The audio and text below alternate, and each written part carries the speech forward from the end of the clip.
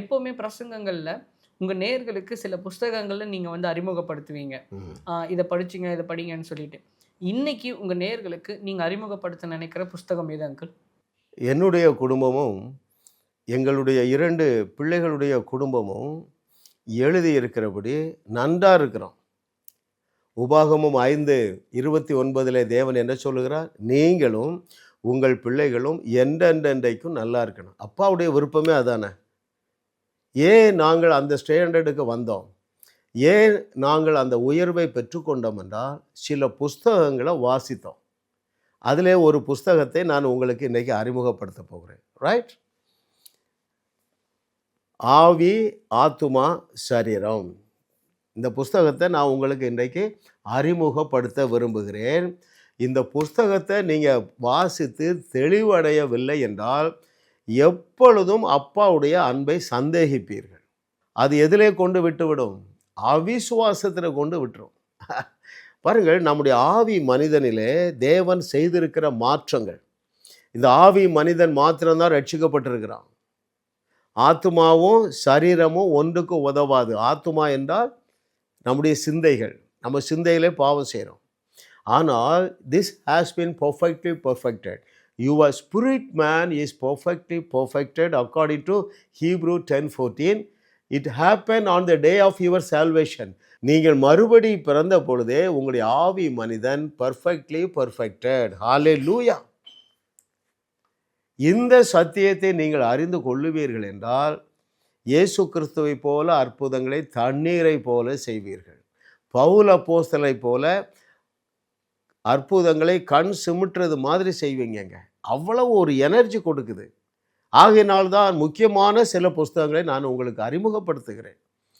பாருங்கள், ஏன் நமக்கு வேதம் தவறாக புரிகிறது என்றால், தேவன் ஒரு கோபக்கார அப்பா என்று சொல்லி கண்ணாடியை மாட்டி விட்டாங்க. எத்தனை பேர் புரியுது? சபைகளில் என்ன செய்துட்டாங்க? தேவன் எரிச்சல் உள்ள தேவன். நீ என்ன செய்யிட்டீங்க? இந்த கிளாஸை போட்டு பைபிள் படிக்கிறீங்க, தப்பு தப்பாக புரியுது. இந்த கண்ணாடியை போடுங்க. உங்களை ஆவி மனுஷனிலே நடந்திருக்கிற ஆச்சரியமான மாற்றங்களை நீங்கள் அறிந்து கொள்ளுவீர்கள் என்றால் வேதத்தை சரியாக நீங்கள் அறிந்து கொள்ளுவீர்கள். வேதம் என்ன சொல்லுகிறது?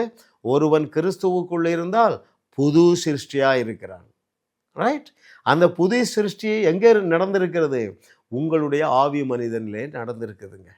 இதை நான் அறிந்து கொண்ட நாள் முதல் என்னுடைய கீழ்ப்படிதலிலே குறைவு இருக்கும் பொழுதோ நான் குற்ற உணர்வு அடைகிறதில்லை. என்னுடைய விசுவாசம் எப்பொழுது விண்ணை தொட்டு கொண்டே இருக்கிறது. அற்புதம் செய்யாத நாள் ஒன்று கூட இல்லை. கர்த்தருடைய சமூகத்தில் நின்று சொல்லுகிறேன். அவ்வளவு அழகாக, அவ்வளவு எளிதாக இருக்கிறது, அற்புதம் செய்கிறது. ஏன்?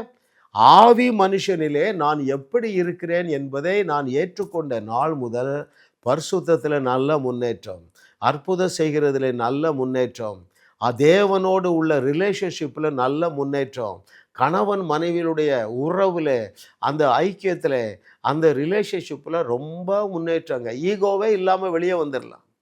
எனவே இந்த எபிசோடில் நான் உங்களுக்கு அறிமுகப்படுத்துகிற புஸ்தகம் ஆவி, ஆத்துமா, சரீரம்.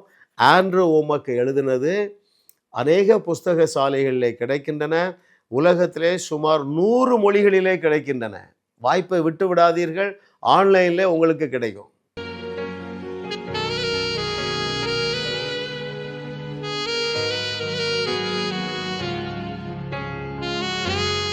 உங்களையும் வாழ வைத்து உங்கள் மூலம் உலகத்தையும் வாழ வைக்கவே தேவன் எங்களை கிருபையாக அழைத்துள்ளார். விடுதலை பெறவும் சுகத்தை அனுபவிக்கவும் எங்களோடு தொலைபேசியில் தொடர்பு கொள்ளுங்கள். இந்த சேனலை சப்ஸ்கிரைப் செய்து வீடியோவை லைக் செய்து பலரோடு பகிர்ந்து கொள்ளுங்கள். அவர்களும் ஆசீர்வதிக்கப்படட்டும்.